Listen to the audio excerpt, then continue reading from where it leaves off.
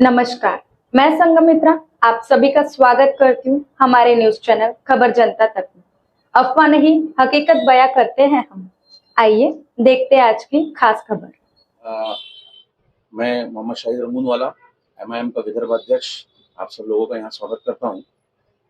जैसे कि आप जानते हैं कि आगामी कुछ दिनों के अंदर में लोकसभा के चुनाव विदर्भ के अंदर में होने वाले हैं।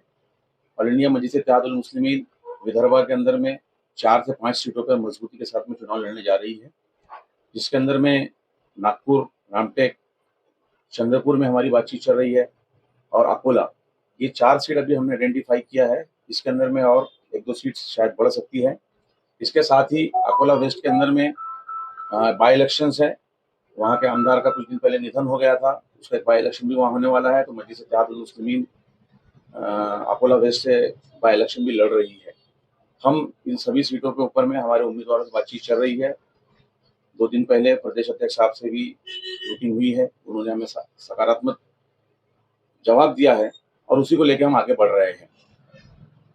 1 से 2 दिन के अंदर में, जैसे नागपुर और रामटेक और चंद्रपुर का जो सवाल है, बुधवार के दिन उसका नॉमिनेशन का लास्ट डेट है। तो आज रात में या कल हम उसको हमारे वहाँ के कैंडिडेट्स फाइनल्स होंगे। कुछ लोगों ने हमारे फॉर्म्स भी लिए हुए हैं, पार्टी के बी फॉर्म का इंतजार है।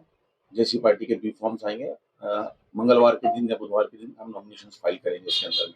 आपने कहा कि रामटेक, नागपुर यहाँ से और चंद्रपुर से वहाँ पे दिग्गज नेता ही खड़े हुए हैं। एक तरफ वडेट्टीवार कांग्रेस के नेता है, यहाँ से विकास ठाकरे कांग्रेस के नेता और रश्मि बर्वे कांग्रेस के नेता है। क्या उनको यानी मतों के विभाजन के कारण को क्या एआईएमआईएम का क्या रोल है? नहीं, मत विभाजन की इसके बात नहीं है। हम एक पॉलिटिकल पार्टी है और संविधान हमें जो है एक इलेक्शन लड़ने की आजादी देता है, हमें हक देता है।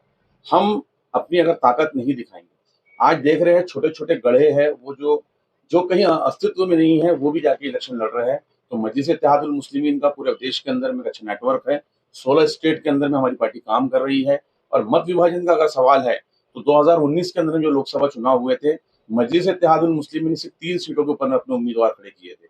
अगर मत विभाजन का अगर बात होता तो 303 सीट भारतीय जनता पार्टी नहीं जीतती। हम तो सिर्फ 3 सीट के ऊपर में चुनाव लड़े थे, जिसके अंदर में हमने हैदराबाद को जीता। हमने 22 साल की शिवसेना के राज को औरंगाबाद में ध्वस्त किया और किशनगंज के अंदर में हमारे कैंडिडेट ने 3.5 लाख से ज्यादा वोट लिया। तो ये मजलिस इत्तेहादुल मुस्लिमीन की ताकत है, क्योंकि हम जहां भी लड़ रहे हैं पूरी ताकत के साथ में चुनाव लड़ रहे हैं। नहीं, आपने कहा कि रामटेक, नागपुर और चंद्रपुर में ही लड़ेंगे। गढ़चिरौली भी है, वहाँ पे क्या उम्मीदवार नहीं रहेगा? गढ़चिरौली का हमारा जहां जहां संगठन मजबूत है, गढ़चिरौली के अंदर में हमारा संगठन अभी उतना नहीं है। हमने 6 महीने पहले ही वहां पे संगठन को खड़ा किया है। जहां जहां हमारे संगठन मजबूत है, हम पूरी ताकत के साथ में वो चुनाव लड़ रहे हैं। बुल्ढाना के अंदर में भी हमारी बातचीत चल रही है। बुल्ढाना में अगर हमें कोई अच्छा कैंडिडेट मिला तो हम बुल्ढाना में भी इंशाल्लाह अपना कैंडिडेट डालेंगे। अमरावती एससी रिजर्व है। हमारे जो महाराष्ट्र के महासचिव अब्दुल नाजिम साहब वहाँ पर सर्च कर रहे हैं। अगर वहाँ पे अगर हमें कोई अच्छा कैंडिडेट मिला, वहाँ पर कुछ दूसरी पार्टी के साथ में भी हमारी बातचीत चल रही है।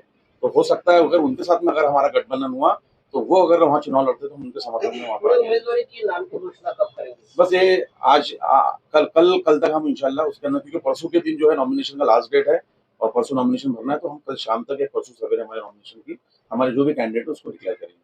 अगर हमारे को पार्टी की तरफ से उसके बी फॉर्म्स आते हैं तो हम बिल्कुल उसके अंदर में अपने उम्मीदवार को डिक्लेयर करेंगे।